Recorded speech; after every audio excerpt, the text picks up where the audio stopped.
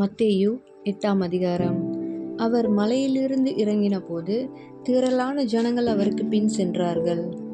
அப்பொழுது குஷ்டரோகி ஒருவன் வந்து அவரை பணிந்து, ஆண்டவரே, உமக்கு சித்தமானால் என்னை சுத்தமாக்க உம்மால் ஆகும் என்றான். இயேசு தமது கையை நீட்டி அவனை தொட்டு, எனக்கு சித்தமுண்டு, சுத்தமாகு என்றார். உடனே குஷ்டரோகம் நீங்கி அவன் சுத்தமானான். இயேசு அவனை நோக்கி, இதை நீ ஒருவருக்கும் சொல்லாதபடி எச்சரிக்கையாய் இரு. ஆயினும் அவர்களுக்கு சாட்சியாக நீ போய் ஆசாரியனுக்கு உன்னை காண்பித்து மோசே கட்டளையிட்ட காணிக்கையை செலுத்து என்றார். இயேசு கப்பர்நகூமில் பிரவேசித்த போது 100க்கு அதிபதி ஒருவன் அவரிடத்தில் வந்து, ஆண்டவரே, என் வேலைக்காரன் வீட்டிலே திமிர்வாதமாய் கிடந்து கொடிய வேதனைப்படுகிறான் என்று அவரை வேண்டிக் கொண்டான். அதற்கு இயேசு, நான் வந்து அவனை சொஸ்தமாக்குவேன் என்றார்.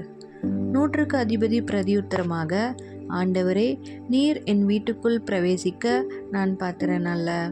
ஒரு வார்த்தை மாத்திரம் சொல்லும், அப்பொழுது என் வேலைக்காரன் சொஸ்தமாவான். நான் அதிகாரத்துக்கு கீழ்ப்பட்டவனாயிருந்தும் எனக்கு கீழ்ப்பட்டிருக்கிற சேவகரும் உண்டு. நான் ஒருவனை போவென்றால் போகிறான், மற்றொருவனை வாவென்றால் வருகிறான்.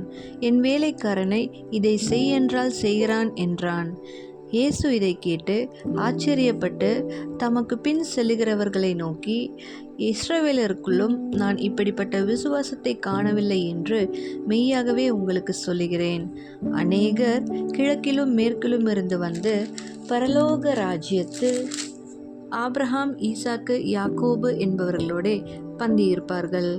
ராஜ்யத்தின் புத்திரரோ புறம்பான இருளிலே தள்ளப்படுவார்கள். அங்கே அழுகையும் பற்கடிப்பும் உண்டாயிருக்கும் என்று உங்களுக்கு சொல்லுகிறேன் என்றார். பின்பு இயேசு 100க்கு அதிபதியை நோக்கி, நீ போகலாம், நீ விசுவாசித்தபடியே உனக்கு ஆகக்கடவது என்றார். அந்த நாழிகையிலே அவன் வேலைக்காரன் சொஸ்தமானான்.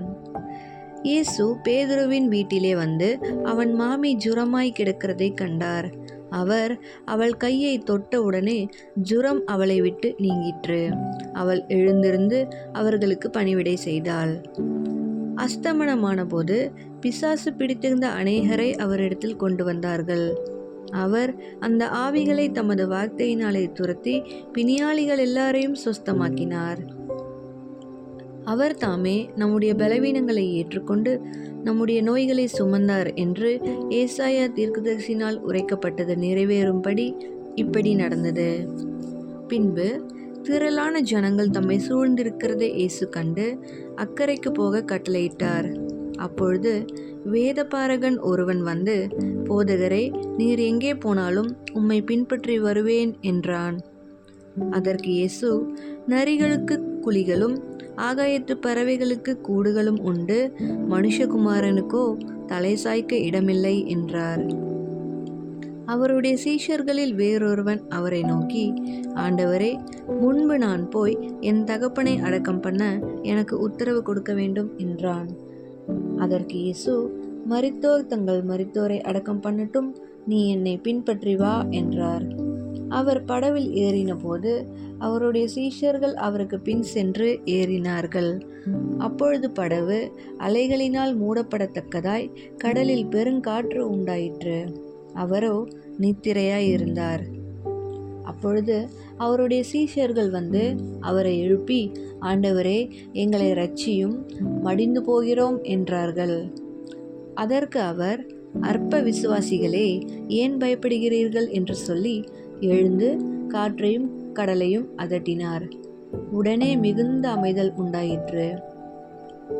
அந்த மனுஷர்கள் ஆச்சரியப்பட்டு, இவர் எப்படிப்பட்டவரோ, காற்றும் கடலும் இவருக்கு கீழ்ப்படுகிறதே என்றார்கள். அவர் அக்கரையிலே கெர்கேசேனர் நாட்டில் வந்தபோது பிசாசு பிடித்திருந்த 2 பேர் பிரேத கல்லறைகளிலிருந்து புறப்பட்டு அவருக்கு எதிராக வந்தார்கள். அவர்கள் மிகவும் கொடியராயிருந்தபடியால் அந்த வழியாக ஒருவனும் நடக்கக்கூடாதிருந்தது. அவர்கள் அவரை நோக்கி, இயேசுவே, தேவனுடைய குமாரனே, எங்களுக்கும் உமக்கும் என்ன? காலம் வரும் முன்னே எங்களை வேதனைப்படுத்த இங்கே வந்தீரோ என்று கூப்பிட்டார்கள்.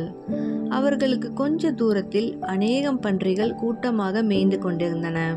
அப்பொழுது பிசாசுகள், நீர் எங்களை துரத்துவீரானால் நாங்கள் அந்த பன்றி கூட்டத்தில் போகும்படி உத்தரவு கொடும் என்று அவரை வேண்டிக் கொண்டன.